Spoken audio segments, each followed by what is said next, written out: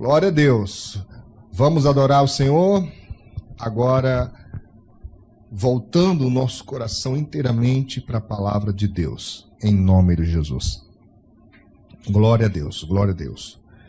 A mensagem, irmãos, que nós estamos trazendo aqui nessa noite tem como tema louvar ao Senhor em qualquer momento, o segredo da vitória.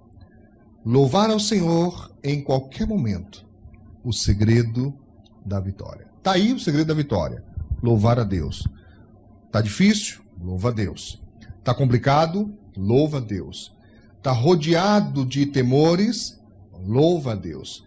Está aí enfrentando dificuldades que só você entende a gravidade e a intensidade? Louve a Deus. Esse é o segredo da vitória. Amém? Eu gostaria então de compartilhar com você uns versículos muito importantes da Bíblia Sagrada. E a partir dele nós vamos fazer, como sempre, um percurso pela Bíblia. Vamos buscar do Senhor entendimento, a revelação da palavra, para que nessa noite a bênção de Deus possa recair sobre a nossa vida. Quem tem a Bíblia aberta, por favor, encontre em Abacuque, profeta Abacuque, capítulo 3, verso 17 e 18. Abacuque, capítulo 3, verso 17 e verso 18. Eu vou pedindo para que os meus obreiros, minha equipe aí, já vão compartilhando com os irmãos, para que quem vai chegando já se oriente, já saiba onde nós estamos lendo, em nome de Jesus. Abacuque, capítulo 3, verso 17 e verso 18. Passemos a ler então, em nome de Jesus. Diz assim a palavra de Deus. Porque ainda que a figueira não floresça, nem haja fruto na vide, ainda que decepcione o produto da oliveira, e os campos não produzam mantimento, ainda que as ovelhas da malhada sejam arrebatadas, e nos currais não haja gado. Todavia, eu me alegrarei no Senhor, e exultarei no Deus da minha salvação. Todavia, eu me alegrarei no Senhor, e exultarei no Deus da minha salvação. Irmãos, este é um dos versículos, para quem é cristão, dos mais conhecidos. Eu, em particular, tenho um apreço muito grande por esse texto.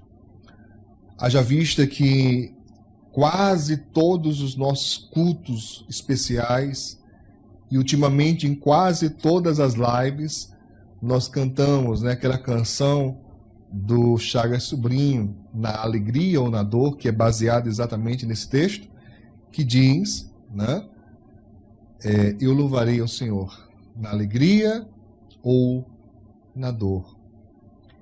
E ele diz, mesmo que não haja fruto na videira, exatamente baseado nesse texto, não haja fruto na videira, não haja fruto na vide. E esse texto, ele é importante por muitos motivos.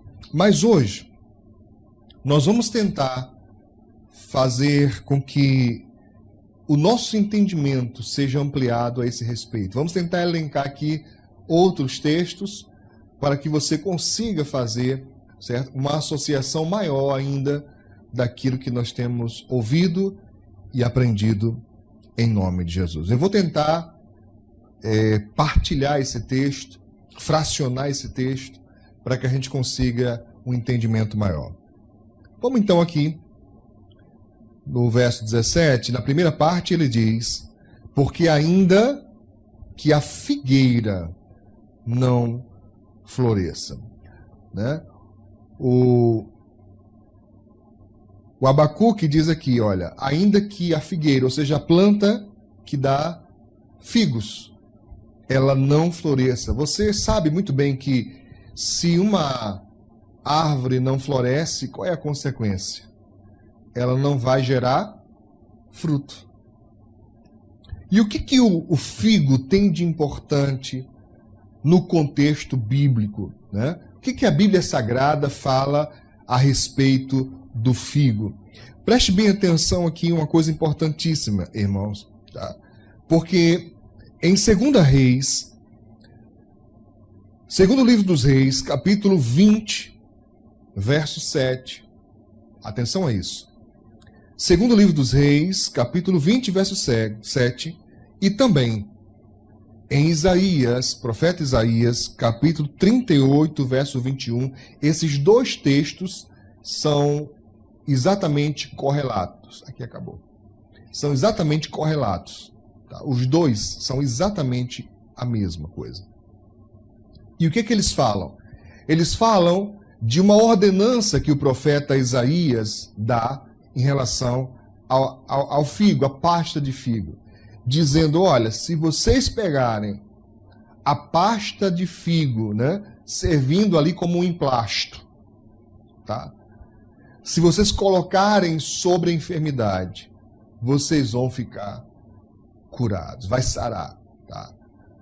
Se colocarem o figo, a pasta de figo, ela vai servir como remédio.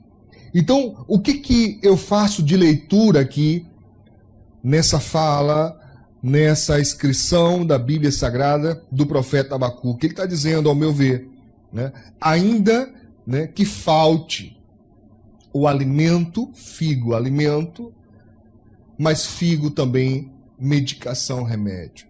Ainda que falte o alimento e o remédio. Será que essa não é exatamente a situação que muita gente está vivenciando em nossos dias?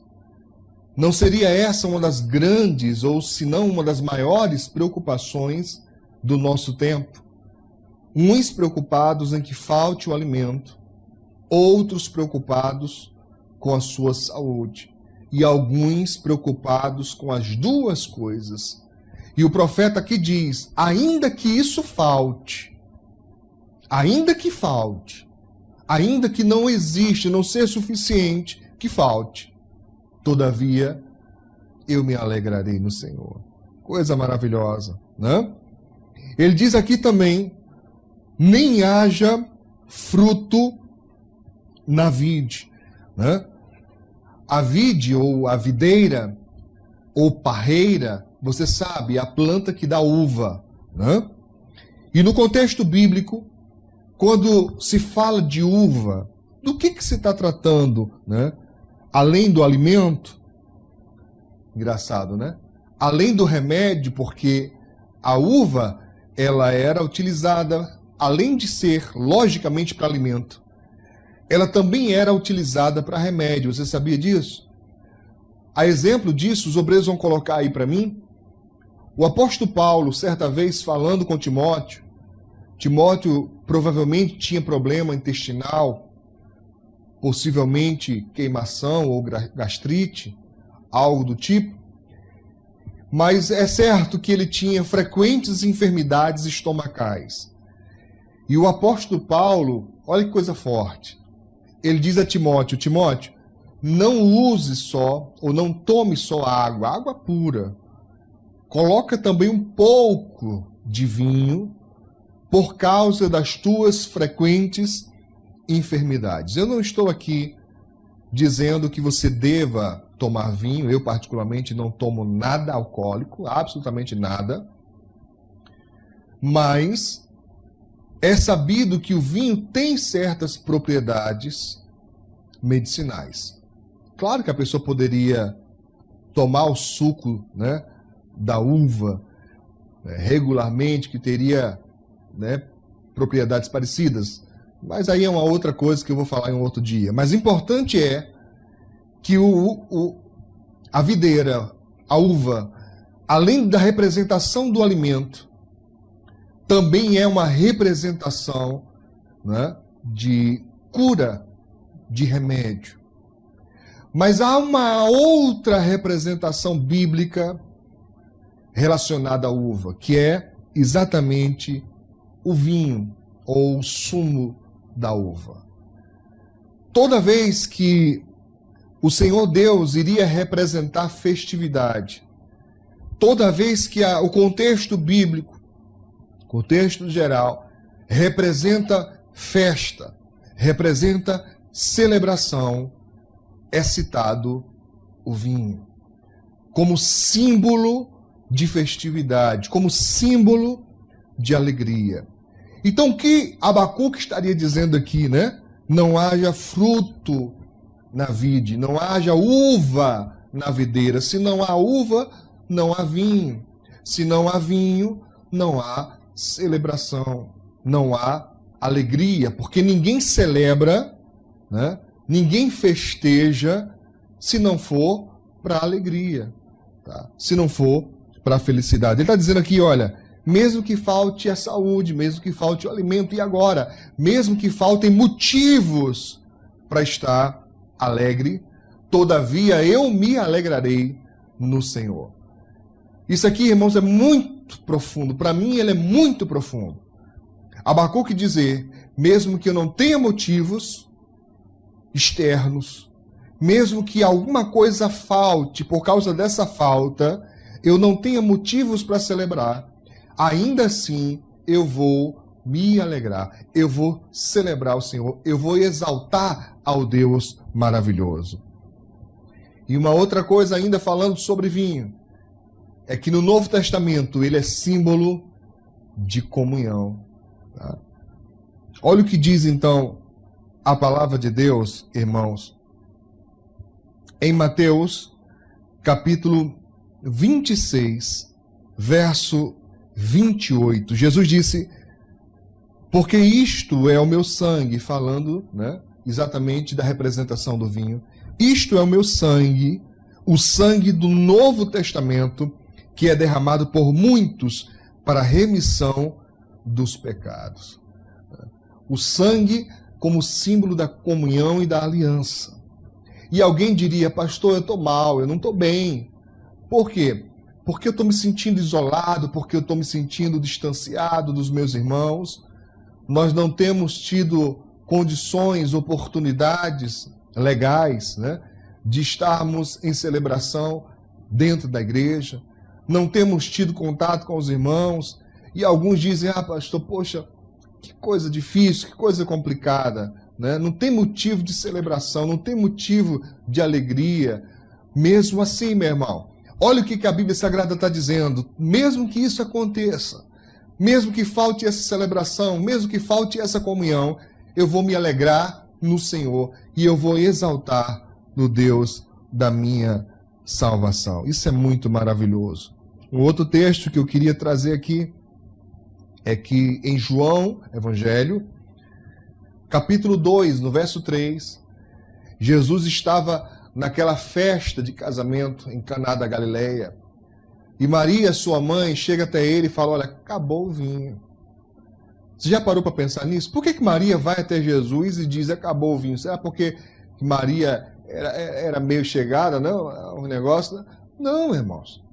É porque o vinho era participante da celebração do judeu.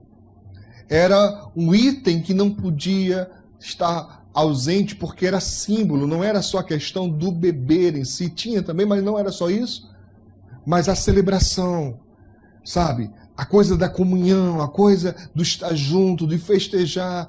E Maria, quando percebe que não tem mais vinho, é como se diz assim, olha, vai acabar a comunhão, vai acabar a celebração, vai acabar a festa. Ela vai até Jesus e diz para ele, acabou o vinho. Tá? Mesmo que acabe, querido, nós estamos ligados no Senhor.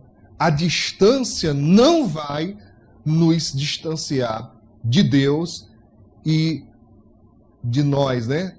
Uns com os outros, em nome de Jesus. O profeta continua dizendo, mesmo que, ou ainda que decepcione o produto da oliveira. Aqui eu quero chamar a sua atenção. É importantíssimo que você esteja ligado nesse momento, em espírito de oração mesmo, tá? Na comunhão. Abacuque usa, eu estou lendo aqui, eu esqueci de dizer, na versão de Almeida, revista e corrigida, porque acredito que essa versão, para esse contexto aqui hoje, é muito esclarecedor. Abacuque diz, ainda que decepcione o produto da oliveira. Né? E o que a oliveira produzia? Claro, evidentemente, azeitona. O que o judeu fazia com a azeitona? Ele extraía o azeite, além da azeitona em si como alimento é muito presente nesse texto, né? Mas além do alimento, ele extraía algumas coisas mais, e uma delas era o azeite. Né? O que o azeite fazia? Ou para que o azeite servia? Eu separei aqui algumas coisas importantes, eu preciso que você esteja bem atento em nome de Jesus. O azeite extraído da oliveira, ele tinha destinos muito específicos. O primeiro, o azeite mais fino, o azeite virgem ou extra virgem, aquele de melhor qualidade, ele era separado para unção. Olha que coisa maravilhosa. O de melhor, o mais puro, o mais fino, era o azeite separado para a unção. Né? Uma outra parte do azeite, quando ele estava moendo, o azeite, quando ele estava sendo moído, a azeitona moída para retirar o azeite. Né? Uma outra parte que era tirado, de menor qualidade, era reservado para colocar nas candeias, para iluminar. Né? Seria muito próximo do que no interior nós usamos, né? O lampião, a lamparina, o candeeiro. É isso aí. Colocava-se como combustível para acender as luzes à noite. E o último que saía, né? O azeite mais grosso, aquele finalzinho ali já, né? Eu diria, o sumo que ficou, ele era utilizado para fazer sabão. Você notou coisas importantes? Primeiro, unção. Unção. Depois, luz. E depois, limpeza. Geralmente o azeite extraído da azeitona tinha esses três destinos.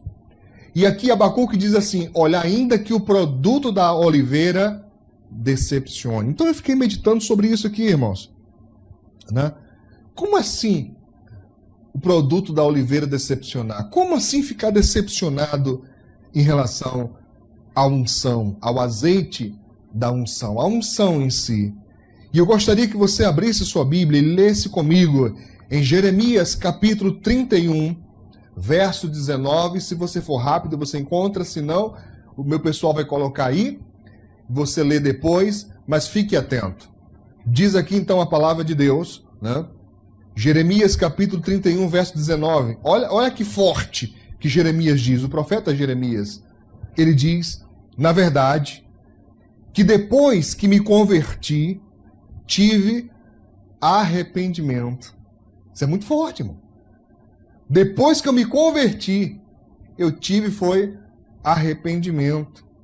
E depois que fui instruído, ou seja, quando eu fui, né, discipulado, quando eu fui disciplinado, eu tive, né, também decepção. Ele diz aqui, olha, eu bati na minha coxa, ó. Bati na... Quem é que faz isso, irmão? Quem bate na coxa? Senão quem está com raiva. Senão quem está irado, né?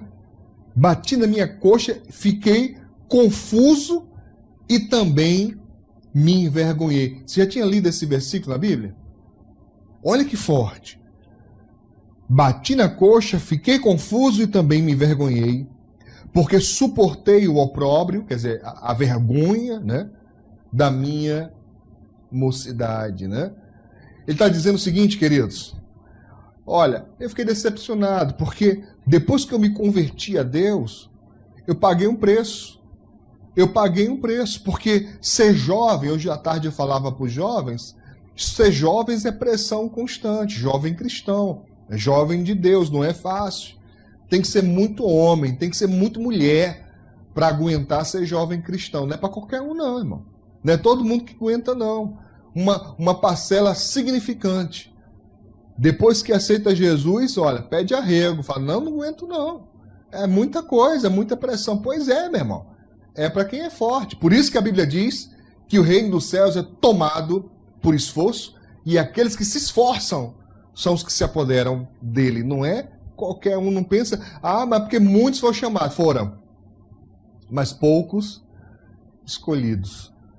Amém? Então diz a Bíblia Sagrada, olha o que o profeta está dizendo. Eu fiquei arrependido, fiquei decepcionado com a unção. Porque eu achava que era uma coisa. Eu achava que era de um jeito. E vi que não era. Ô querido, eu vou falar uma coisa perigosíssima para um pregador, mas você sabe, eu sou moçoroense, sou da Gema lá de Mossoró, nasci lá no centro de Mossoró. Então, medo é uma coisa que a gente não tem muito lá por lá não, viu, irmão? Então, eu não tenho muito receio das coisas. Escute, vou falar uma coisa que é importante aqui. Se você aceita Jesus e você acredita que você vai se congregar numa igreja onde tudo vai ser lindo e perfeito e maravilhoso, onde as pessoas são compreensivas, amorosas, carinhosas, caridosas, se você acha que ninguém jamais vai falhar, que ninguém jamais vai te decepcionar, eu preciso te dizer, essa igreja não existe. Não estou de forma nenhuma dizendo que igreja é ajuntamento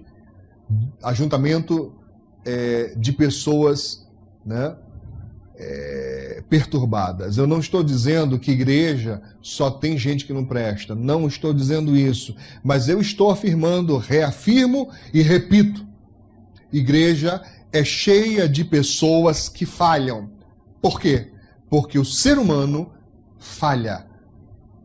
Por quê? Porque ele caiu, ele está destituído da glória e da perfeição de Deus que nós vamos recuperar com Cristo depois do arrebatamento. Até lá, não. As pessoas provavelmente, muito provavelmente, possivelmente vão te decepcionar. E Abacuque está dizendo aqui, olha, mesmo que eu me decepcione com a unção, mesmo que as pessoas que eu acreditavam que eram pessoas legais, pessoas de Deus, mesmo que elas venham a me decepcionar, eu todavia me alegrarei no Senhor e exaltarei, exultarei no Deus da minha salvação. E é isso que você precisa entender. Não pense você que aceitar Jesus é viver no mar de rosas. Não é. Em particular, eu me esforço muito para viver uma vida digna, para viver uma vida honesta, uma vida santa. Mas eu não tenho a mínima ilusão e nem me esforço nem um pouco para aparentar perfeição. Eu nem gosto quando as pessoas começam a me admirar demais. Porque eu já aprendi ao longo da vida que quando você admira demais alguém, você tende a fechar os olhos para as falhas dessa pessoa. E talvez uma única falha dessa pessoa venha a fazer você cair.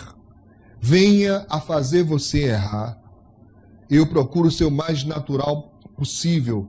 Por favor, não entenda que de forma alguma estou dizendo que o pecado é natural, que o erro é natural, que é assim mesmo, que podemos pintar o 7, né, fazer tudo que não presta. Não é por aí não. Não estou afirmando isso.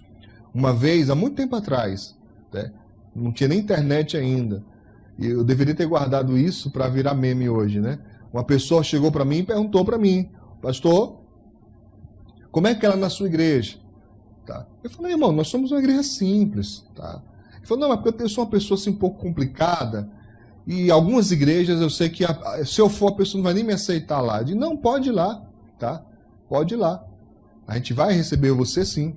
Ele falou, mas eu fumo. Eu falei, não tem problema, pode ir. Mas pastor, mesmo fumando eu posso ir para a igreja? Pode ir para a igreja, sim. Você não pode fumar dentro da igreja, tá? Mas você pode ir para a igreja. Aí a pessoa fala assim, mas pastor, te falar uma coisa aqui. Eu também bebo. Bebo. Eu bebo cachaça, bebo cerveja, bebo vinho, eu bebo. Eu posso ir para a igreja? Eu digo, pode? Pode sim. Claro que pode. Tá? Estou parecendo até aquele bispo, né, do Alto da Compadecida. Pode. Pode ir. Não tem problema nenhum. Você pode ir para a igreja. Você não pode, tá? É querer beber lá na igreja. Ou chegar embriagado e querer tumultuar a igreja. Tá? Isso a gente não vai deixar, não. Tem uns caboclos lá bons, irmão. Tem uns caboclos lá de Deus que me ajudam nisso. Então, se você for tranquilo, você pode assistir o culto tranquilamente. Aí ele falou para mim assim, pastor, já que eu estou confessando, deixa eu te falar mais uma coisa.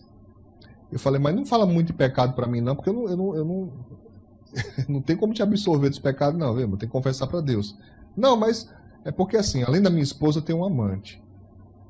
Tá? E eu não sei se eu vou poder me desvencilhar dela não. Eu posso ir na igreja? Eu digo, pode.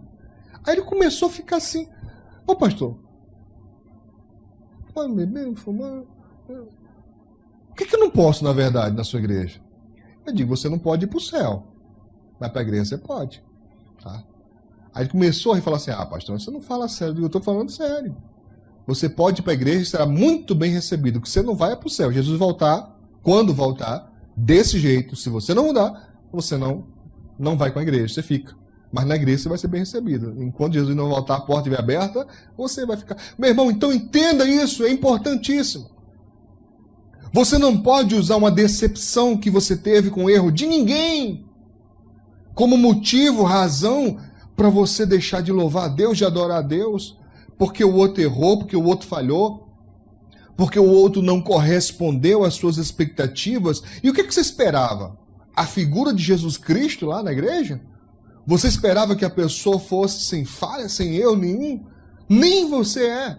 Porque se é para partir desse princípio, se a premissa está correta, tá? Então nem você é para ser aceito. Porque com certeza você deve ter alguma falha. Então sua família não pode te aceitar, né? O pessoal no seu trabalho não pode te aceitar. Você tem que ficar totalmente isolado porque você tem um erro, tem uma falha. Não é isso. Ainda que aconteça, tá? De que haja uma decepção, ou seja, de que a unção não foi aquilo que eu esperava, não correspondeu à realidade do que eu imaginava. Igualzinho aconteceu com Naamã, né? Que esperava que o profeta Eliseu saísse à porta e recebesse ele com toda a pompa, porque ele era o segundo, né, do rei. Ele era segundo em comando, um homem de muita autoridade, então esperava ser recebido com toda a honra, toda a pompa. E Eliseu não sai nem lá fora. Manda um recado para ele, ó, quer ser curado? Vai lá no rio, dá 7 mergulhos, se você fizer isso, você vai ser curado. E ele dizia, peraí, que negócio é esse? Eu achava que ele ia sair, ia se colocar em pé na minha frente, passar a mão sobre o leproso. Quer dizer, a pessoa, ela já faz, né, o roteiro completo de como deveria ser. E eu escuto muito isso, irmão. Às vezes a pessoa chega na igreja, não tem nem um mês na igreja. Aí começa, pastor, eu acho que deveria ser assim. Eu acho que deveria ser dessa outra maneira. Tá? Alguns, tá? Eu só rio. Eu faço só assim, ó. Para outros, quando eu vejo um pouquinho mais de malícia, tá? Eu chamo a parte e falo assim, vem cá, se era para ser do jeito que você está dizendo, por que Deus não te chamou, não te escolheu? Já que você sabia, já que você tem todas as respostas. Quando a pessoa exagera um pouquinho, aí eu chamo ela à parte e falo para ela, por que Deus não te escolheu? Irmãos, eu não estou dizendo... os obreiros, os irmãos da AME, eu gostaria até que me auxiliasse. Não deixa sozinho na roubada aqui não, viu, irmão? Tá? Confirma aí para mim, irmão, se é verdade ou não, que sempre, em todos os nossos eventos, eu convoco os obreiros, convoco os irmãos, fazemos reunião de planejamento e eu escuto, pergunto e escuto opiniões, né? Escuto posicionamentos. Não quer dizer que eu vá cumpri-los. Não quer dizer que tudo que a pessoa acha eu vou fazer. Mas muitas vezes, né, eu estava com a visão e chega um obreiro, chega um auxiliar, um evangelista, né, um diácono. Pastor, olha, mas se o senhor fizesse assim, assim, assim, não poderia melhorar? Eu vou analisar. Poxa, é verdade, eu não estava vendo isso não. não é demérito nenhum, porque a Bíblia Sagrada diz o que, Lucas Ney? Na multidão de conselhos há sabedoria. Eu não tenho problema nenhum de ouvir conselho, acho maravilhoso. Eu estou falando daquela pessoa, sabe, que não tem senso, não tem simancol, que quer mudar as coisas que ela nem entende, falar de coisas que ela não tem nem ideia, tá certo? Então, às vezes a pessoa vai usar isso como decepção. Eu fui falar com o pastor nem me deu ouvidos, vou sair da igreja. Saia. Lá na igreja o pessoal já sabe que eu digo, olha, a porta está ali. Ela serve para entrar, serve para sair. E alguém está orando por mim agora, dizendo, pastor, pelo amor de Deus, não fala isso em público não. Por quê? Porque é mentira? Você só fica onde as pessoas fazem tudo que você quer? A tua família faz tudo que você quer? Teu patrão faz tudo que você quer? É assim? Então você está com vontade de ir para a praia, mas o ônibus que vai para a praia é outro e você entra em qualquer um e fala assim, quero ir para a praia. Mude a trajetória e vamos me deixar na praia porque eu quero ir para a praia. É assim que funciona a vida? Se não é assim nos outros lugares, por que tem que ser na igreja? E às vezes a pessoa usa isso como desculpa. Porque eu vi o obreiro pecando. Eu vi o obreiro errando. Irmãos, olha que palavra difícil que eu preciso falar agora. Dane-se. Dane-se o obreiro pecando. A palavra danar-se quer dizer vá para o inferno. Quer ir para o inferno, meu filho, pecando? Vá para o inferno pecando. Como é que você vai usar isso como desculpa para você não fazer o certo? Porque o outro está fazendo errado. Porque alguém, né, se lançou no abismo, você vai se lançar junto, agir, né, de maneira impensada e usar isso como desculpa? Não, meu irmão. Olha o que o profeta Abacuque está dizendo aqui. Ainda que decepcione, que eu fique decepcionado com a unção, né, com a liderança. Não importa. Todavia, eu me alegrarei no Senhor e exultarei no Deus da minha salvação. Eu queria falar com os pastores que porventura estão agora assistindo e aqueles que possivelmente assistirão depois. Pastor, deixa eu te falar uma coisa muito importante. Não tente segurar a quem não quer ficar, meu filho. Quem quiser ir, deixe ir. Deixe ir. Cumpra a palavra de Deus que diz, soltai e soltar-vos-ão. Jesus nunca fez questão, nunca, de manter ninguém. Nunca fez questão. Ele chegava assim, dizia, vem, segue-me. Mas ele não obrigava ninguém a segui-lo. Ele continuava andando, segue-me. Ele não parava para ficar convencendo ninguém. Vamos lá, rapaz. Vai ser bom. Vem. Não, eles chegavam e diziam, vem comigo, amigo. Se você vir comigo, eu vou fazer você pescador de homem. E ir embora o caboclo que quisesse que fosse atrás. Isso não quer dizer, e eu não estou dizendo, para quem não me conhece, que nós devemos tratar a igreja, tratar a membresia, tratar os obreiros com desprezo, com desdém. Quem me conhece sabe que eu não faço isso. Mas eu estou dizendo que há muito melindre hoje em dia, irmãos. Muita gente melindrosa. Eu sou de uma geração forjada no fogo, onde a gente aceitava Jesus e era para a vida inteira. Para a vida inteira. Hoje, qualquer coisa, as pessoas falam, eu vou desviar. Eu vou me afastar. Vai se afastar? Vai. Tá bom, vá. Vá com Deus. Pastor, isso é falta de amor. Leia a sua Bíblia. Leia, por favor. Obreiros, coloquem para mim, por gentileza, a parábola do filho pródigo. Olha essa parábola. Olha-se a representação daquele pai, porque aquele pai representa Deus. Eu não sei se você já entendeu isso. Mas aquele pai representa Deus. Na hora que o filho diz, me dê a minha parte, eu vou me desbandalhar, eu vou me embora, eu vou fazer o que eu quero fazer. Vê se o pai proibiu. Vê se o pai tentou convencê-lo a não ir. Né? Talvez se tivesse uma mãe lá, convenceria. Mas o pai não. Tá? O pai quer a herança, meu filho? Tá aí. Quer ir embora, meu filho? Vai. A única coisa que eu posso dizer é que se você mudar, as portas estarão abertas. E é isso que aquele pai fez. Ficou esperando, aguardando. Um dia que aquele rapaz tomaria consciência, tomaria tento na vida. Veria que fez a maior bobeira, besteira da vida, que é sair da presença de Deus. No dia que ele voltou, ele já voltou convertido. Porque o mundo não tem muita coisa para dar, não. Mas se tem uma coisa que o mundo dá, é peia. É peia. Porque quem não quer aprender no amor, aprende na dor. O mundo ensina. O mundo ensina, irmãos. Quer ir? Quero experimentar o mundo. Vai. Experimenta lá. Para você ver o que ele tem para oferecer. Porque se fosse bom, as pessoas não estavam saindo de lá, irmãos. Se fosse bom, as pessoas não estavam pedindo socorro, dizendo, Senhor, salva-me, porque eu não aguento mais. Sabe o que tem lá? Dor, angústia, sofrimento. Se você acha que é complicado na igreja, se você acha que é difícil na igreja, eu não vou me congregar porque as pessoas são difíceis. Eu ouço muito isso. Ai, pastor, as pessoas são difíceis. E daí, meu filho, que as pessoas são difíceis? Tá. E daí? Qual o problema disso? Qual foi o preço que elas pagaram por tua salvação? Qual foi o preço? Quem pagou o preço por você? Preço de sangue, eu estou dizendo. Não estou falando de oferta, não. Porque de oferta, sim, muita gente pagou, né? Pagou, irmãos, olha a palavra, não vai usar a minha palavra errada não, né? Muita gente, né, investiu no reino de Deus para que o evangelho chegasse até você antes de você, tá? Antes de você teve gente que já investiu no evangelho, mas quem pagou pela sua salvação? Por sua salvação? Quem foi que morreu por você? Foi Cristo, tá? Então você deveria fazer dele o seu alvo. Ele deveria ser o seu alvo.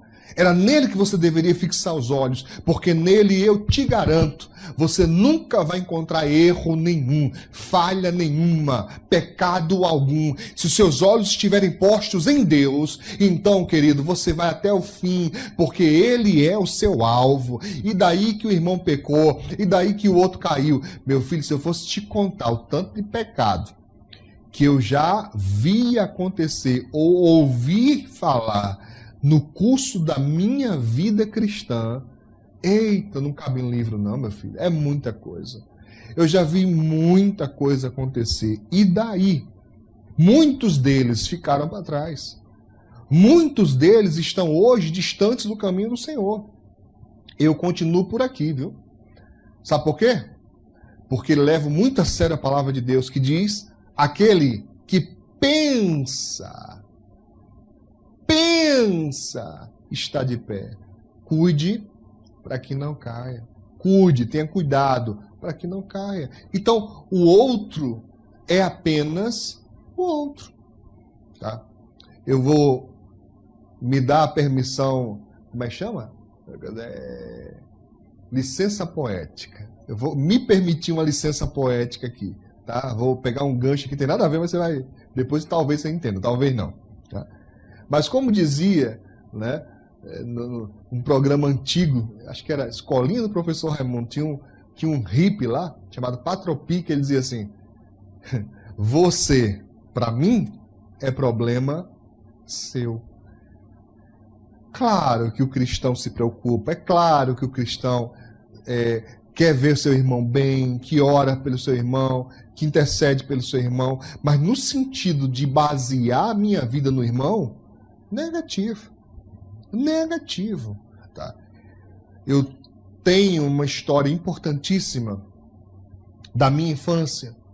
Um pastor que eu ouvia todo sábado, chamava Jim Swaggart. Todo sábado eu assistia a pregação daquele homem. Todo sábado. Tá? E quando eu estava entrando na adolescência, surgiu a bomba. Jim Swaggart, o maior teleevangelista do mundo. O homem que pregava para milhões e milhões de pessoas, caiu, adulterou, pecou. Sabe o que eu disse? Vamos orar por ele. E vida que segue. O homem se arrependeu, voltou, continuou servindo ao Senhor, voltou a pastorear, e muita gente, mas muita gente, nunca mais voltou. Por quê? Porque estavam apegadas na figura inerrante de Jim Swaggart. Não existe isso. Você pode amar e deve amar seus pastores. Pode e deve amar seus pastores, mas não idolatrá-los. Não imaginar que eles não têm falhas, né? Porque, pastora, as pessoas às vezes não querem nem nos dar o direito de sermos humanos. Por quê, irmão? Você acha que nós somos feitos de um material diferente? Deus pegou uma massazinha ali, um barro ali diferente, e fez pastores e pastoras, líderes. Não, meu filho. É a mesma carne, é a mesma, sujeita aos mesmos erros. As decisões que tomamos é que vão direcionando, né, o nosso caminho, a nossa vida. Por isso eu vou insistir nesse ponto, ele é muito central aqui para mim. Você está decepcionado com quem? Com a igreja? Vai deixar de congregar por quê? Porque alguém da sua igreja é uma pessoa errada? Ou um líder da sua igreja é pessoa errada? Meu filho, minha filha, eu vou te falar uma coisa. Se o seu pastor, a sua pastora, é uma pessoa perturbada, é uma pessoa endemoniada, é uma pessoa encapetada, é simples. Você vai lá e fala, pastor, pastora, eu estou comunicando que estou me desligando aqui do ministério e vou me congregar em uma outra igreja.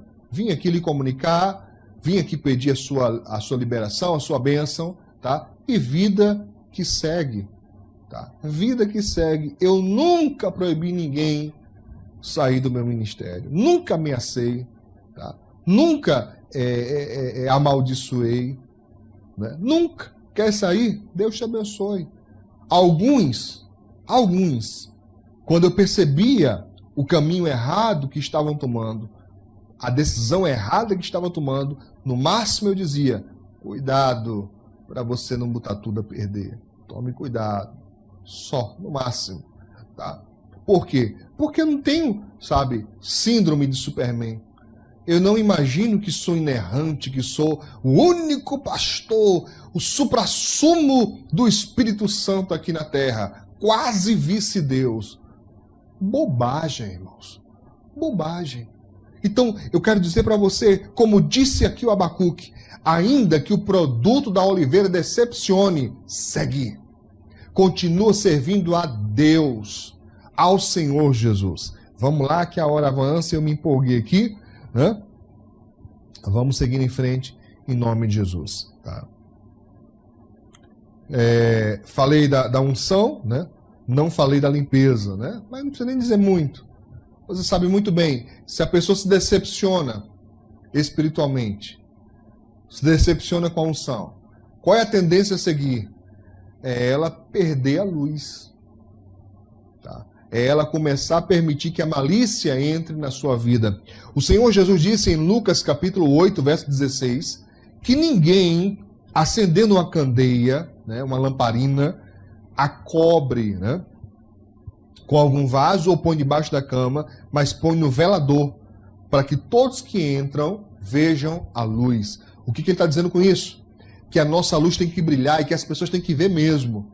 Ver que nós somos de Deus. Você tem que ter prazer. Não sei se você sabe o que eu estou falando, mas é prazeroso quando alguém chega para nós e pergunta, você é cristão? Você é crente? Irmãos, isso para mim é uma das maiores alegrias. Uma das maiores, porque agora do jeito que eu estou, né? Aqui, eu vou fazer uma brincadeira, mas não sei se alguém vai entender, né? Disfarçado de pastor, com essa roupa de pastor, né? Aí todo mundo, é pastor, tá com a Bíblia na mão, tá de terno e gravata, tá dizendo aleluia, é pastor. Mas como é que alguém sabe que você é crente quando você tá de calção na praia jogando bola? Já aconteceu comigo, tá? Já aconteceu comigo. Reunir, né, um grupo de obreiros, né? Levar para a praia, bater uma bolinha com os irmãos, e alguém passar e falar assim, você é crente? Do nada, você é crente? Tá? Isso é maravilhoso, quando alguém percebe que você tem alguma coisa diferente, tem alguma coisa especial, que é bom estar perto de você, que a sua presença faz bem, né? Que a sua palavra faz bem. É muito maravilhoso quando você percebe que apenas o estar perto de você, já faz uma mudança na vida das pessoas. Isto é maravilhoso e é nisto que eu me alegro em relação à presença de Deus. A luz de Deus não é nossa, é de Deus, tem que brilhar através de nós e não esconder. Não, eu não vou pregar mais para ninguém, eu não vou mais fazer nada na igreja, porque toda igreja que eu vou tem problema. Vem cá, será que o problema está na igreja? Já parou para pensar nisso? Será que o problema é realmente a igreja? Certo? Ou não seriam suas expectativas de querer que as pessoas sejam o que elas nunca serão? Pense nisso, em nome de Jesus. E a consequência de quem perde a luz é voltar a se sujar. Tá?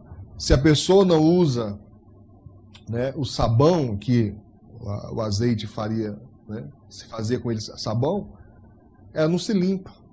E a tendência de quem não se limpa é de acumular sujeira.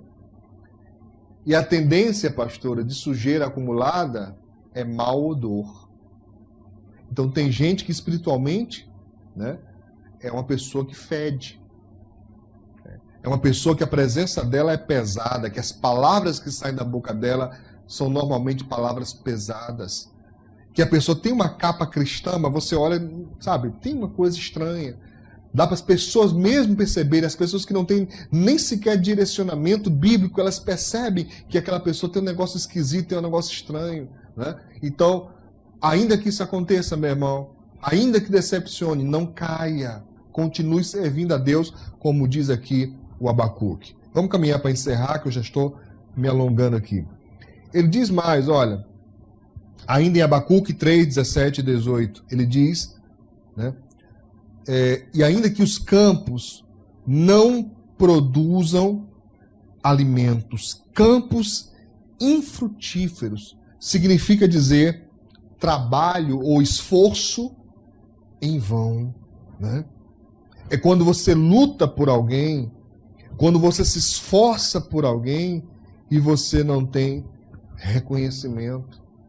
Né? Parece que a coisa não anda, você está orando, você está lutando, você está aconselhando, você está pedindo, você está dizendo e a pessoa não muda. Parece frutífero, você está semeando ali naquela terra, mas parece que não flui, o negócio não anda. E qual é o sentimento que é produzido no coração das pessoas quando passam por isso? Né? É decepção, é pesar. Né? Poxa, meu Deus, como é que pode? Eu tento tanto ajudar essa pessoa, eu tento tanto instruir essa pessoa e não entra na cabeça dela, não entra no coração. É um negócio pesado. Irmão, tem um texto maravilhoso da Bíblia Sagrada, em Isaías, capítulo 65. Isaías, capítulo 65, verso 23. A Bíblia faz uma promessa aqui, olha, que é linda. Tanto eu quanto a pastora amamos esse texto, que diz assim, olha, não, a promessa de Deus, não trabalharão debalde. Não é de balde, tá? Balde não. Debalde quer dizer à toa. Obreiros, por favor, coloquem esse texto. Isaías 65, 23. Não trabalharão debalde, não trabalharão à toa, nem terão filhos para a perturbação, porque são a posteridade bendita do Senhor e os seus descendentes estão com eles. Isso é uma promessa tremenda, maravilhosa. Está dizendo aqui, nós não vamos semear à toa, não. Nós não vamos trabalhar à toa, não. Vai ter fruto esse negócio. Essa terra vai produzir. Uma hora dessa vai dar certo. Nós não vamos ter filhos para perturbação. Talvez você, meu querido, minha querida, que está agora assistindo, você fala, pastor, essa promessa não chegou em mim não, porque meus filhos dão trabalho. Tá? Dá trabalho. Mas para quem foi feita essa promessa? Você parou para pensar? Essa promessa foi feita para os servos do Senhor. Passe a servir o Senhor. Passe a viver com Deus. Em aliança com Deus. Então você vai reivindicar essa promessa na sua vida. Você vai poder ter o direito de chegar diante do Senhor Deus e dizer, Senhor Deus, olha aqui a tua promessa. E isso não é colocar Deus contra a parede, que eu não gosto disso. Mas o próprio Deus também em Isaías diz, vamos entrar juntos em juízo. Apresente suas razões para que eu te possa justificar. O obreiros coloca esse texto também. Estou dando trabalho para os obreiros aqui. Tá? Coloca esse texto aí. Na Bíblia Sagrada diz, apresente as tuas razões. E quais são as nossas razões? Eu não tenho nenhuma. Em mim, nenhuma. Todas as razões que eu encontro estão na própria palavra de Deus, na própria lei. Tá? Ele está dizendo, traga a lei. Mostra aí qual é o capítulo, mostra aí qual é o versículo. Né? Mostra aí em que está embasada a sua petição. Se tiver base, a gente vai entrar no juízo juntos. Mas não esqueça que Deus está chamando você como advogado, mas Ele também é o juiz. Ele vai cumprir a promessa.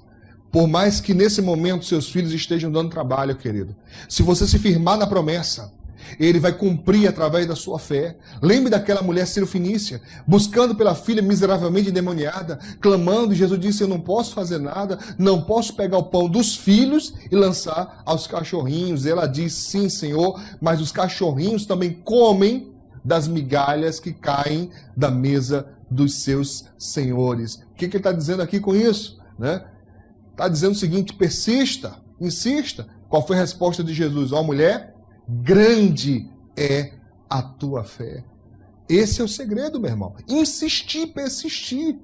Vive a promessa. Clama a Deus. Senhor, eu não vou ter filho para perturbação. É a tua promessa. Sou teu servo. Eu sou teu servo. Então não aceito ter filho perturbado, tirando meu juízo, tirando minha paz. Não aceito. O Senhor vai fazer deles homens e mulheres de Deus. Aqueles que não são. E os que são, o Senhor vai mantê-los em nome de Jesus. Nós não vamos trabalhar à toa. Tá? Não temos tempo para trabalhar à toa. Não temos suor para ser tirado de nós à toa, de forma nenhuma. E por falar em suor tirado à toa, suor roubado, é o próximo item. Estou acabando, tá? Estou encerrando já. Abacuque diz aqui, ainda que as ovelhas da malhada sejam arrebatadas, tomadas à força, tá? Isso aqui é exatamente isso, viu? O suor roubado, É você cuidar com carinho, é você ter todo aquele... Ô pastores, meus queridos companheiros de obra, nós temos tanta experiência nisso. Temos tanta experiência. Às vezes a pessoa chega na igreja, igual a ovelha mesmo, toda, com a lã, como é que fala? Enlinhado, pastor? Cheio de carrapicho, toda quebrada, toda surrada da vida. Aí a gente vai lá, tira o carrapicho, tosa a bichinha, deixa bem bonitinha, através da palavra, bem ajeitadinha, tá uma benção. Aí quando tá uma benção, chega outro lá, chega outro lá e ó, na ovelhinha, E o coração da gente fica às vezes tão pesado, tão triste. Meu Deus, como é que pode? Eu cuidei da pessoa, tive todo o carinho, tive todo o cuidado. A pessoa agora desbandalhou, foi-se embora, Eu sei que é complicado, mas entenda, Eu ainda jovem, olha, pastor, eu ainda sou um pastor jovem, mas a estrada já é, extensa, já corri um bom caminho nessa minha estrada, irmãos, desde os 17 anos até agora. Tá? Tem 40 e quanto, pastor? 44, Amém. Tá? Desde os 17 até os 44 na obra de Deus, irmão, é uma estradazinha boa. Ao longo dessa estrada já vi isso muitas vezes acontecer. Você cuida, você vela, você orienta, você se esforça, você vai a altas horas da madrugada estudando, preparando-se para pregar, porque tem gente que pensa que a gente tem um botãozinho assim, ó, tuf, pregou, não sabe quantas horas, nós passamos em preparação de mensagens, quantas horas de consagração para que Deus nos dê revelação, para que na hora que estamos pregando a palavra atinja as mais variadas pessoas, mais variados problemas, que atinge pessoas totalmente diferentes com a mesma mensagem, e Deus faz, não é brincadeira. Esse ano? Que vou fazer? Estão corrigindo aqui a minha idade, diz que eu tenho 40. Não, vou fazer, pastor, pelo amor de Deus, quero me dar mais um ano a pulso. Vou fazer ainda, 45, em outubro, Apesar dos cabelos brancos, eu ainda estou ainda, na flor da idade. Tá? Então, querido pastor, é assim mesmo, meu irmão. Não deixe essa tristeza ficar no seu coração, não. Mesmo que seja um obreiro antigo, mesmo que seja um membro antigo da sua igreja, tá? Não deixe teu coração se entristecer. Confie em Deus.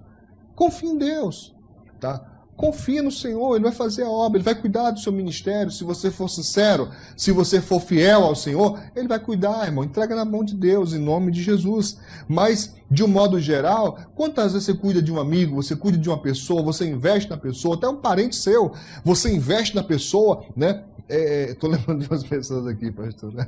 Você investe na pessoa, palavra de Deus nela, daqui a pouco ela desbandalha a cabeça, vira tudo, irmão, e você se torna inimigo. De uma hora para outra se torna inimigo. Mas ainda que isso aconteça, nosso coração tem que estar voltado para Deus, voltado para o Senhor. em nome de Jesus. E ele termina aqui dizendo, né, e ainda que não haja,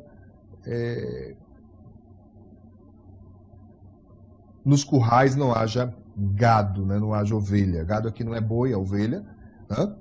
Ainda que nos currais não haja gado. E quando eu estava meditando aqui, terminando essa mensagem, irmãos, eu estava lembrando, é desse jeito que estão as igrejas hoje, né? Os pastores que estão fazendo live direto da igreja, né? Direto da igreja, meu irmão, que coisa terrível, né?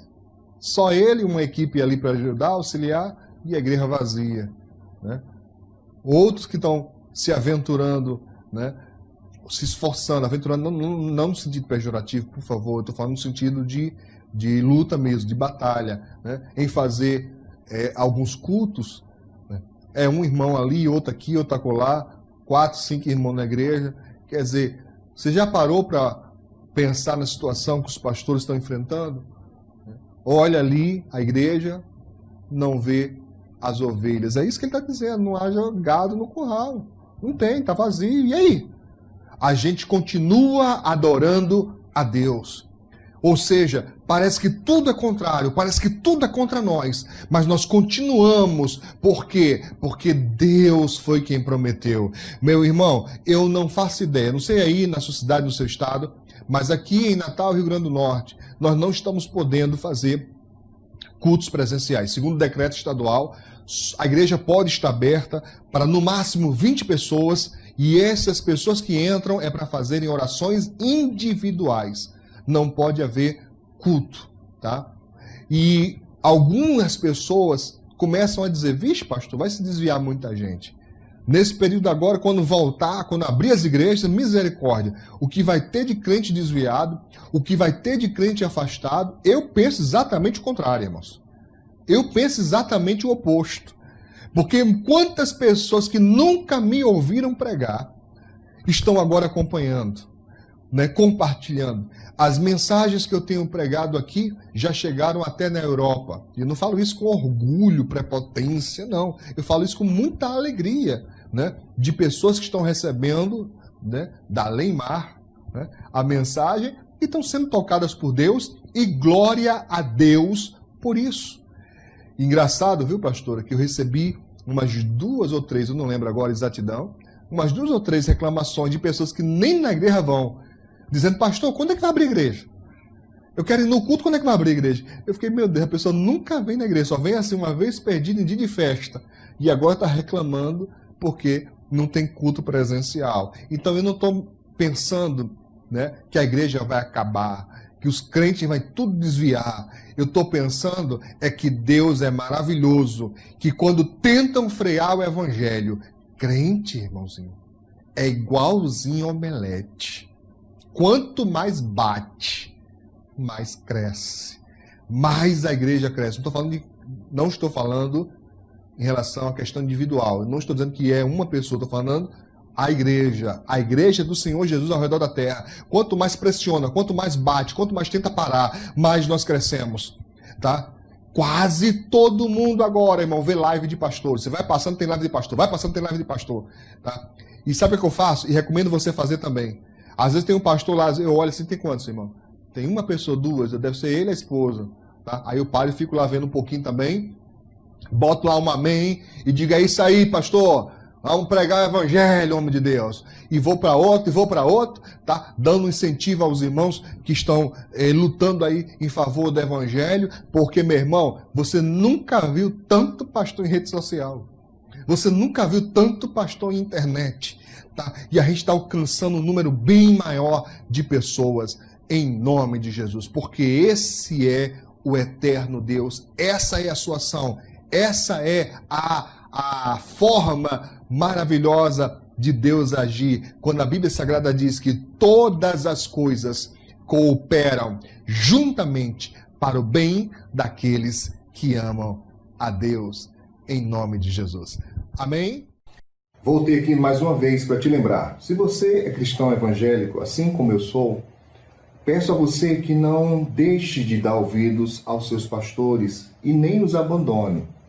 Eu estou aqui não para substituí-los, mas para ser mais um mensageiro da palavra de Deus. E a cobertura espiritual que eles estão dando sobre a sua vida, eu não tenho como te dar. Então permaneça firme e servindo ao Senhor Jesus. Se essa mensagem de alguma forma te abençoou, dá um joinha, nos ajude a fazer crescer e fortalecer esse canal, para que a palavra de Deus chegue a muito mais pessoas. Tá bom então? Eu vou ficando por aqui, um forte abraço, que Deus te abençoe, que o eterno Deus de amor abençoe a você e a sua família, em nome de Jesus.